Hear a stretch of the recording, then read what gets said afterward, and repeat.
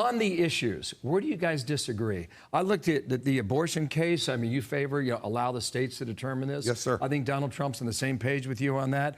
You want to be tough on China. He was tough on China. He wasn't near. Let's stop there. You would change rules on Social Security so that the wealthy would not receive Social Security checks. So maybe there's a distinction there. But if you're on stage with him on August 23rd, right, you have an opportunity in front of millions of American people to say, here is how I will be different. He's a failed leader. We gave him a Republican House, a Republican Senate, and he failed. He failed us, Bill. And he failed us by losing the House, by losing the Senate, and by turning over the White House to Joe Biden and the most liberal administration and an effective administration since Jimmy Carter.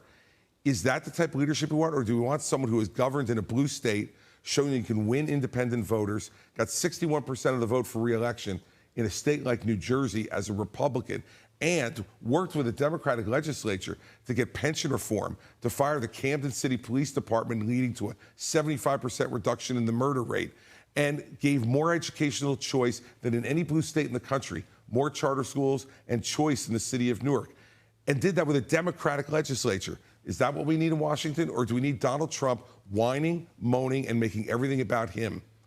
He doesn't care about the American people, Bill. He's putting himself first. And if you watched that speech yesterday at Bedminster, where's he talking about America and the American people and their concerns and their needs?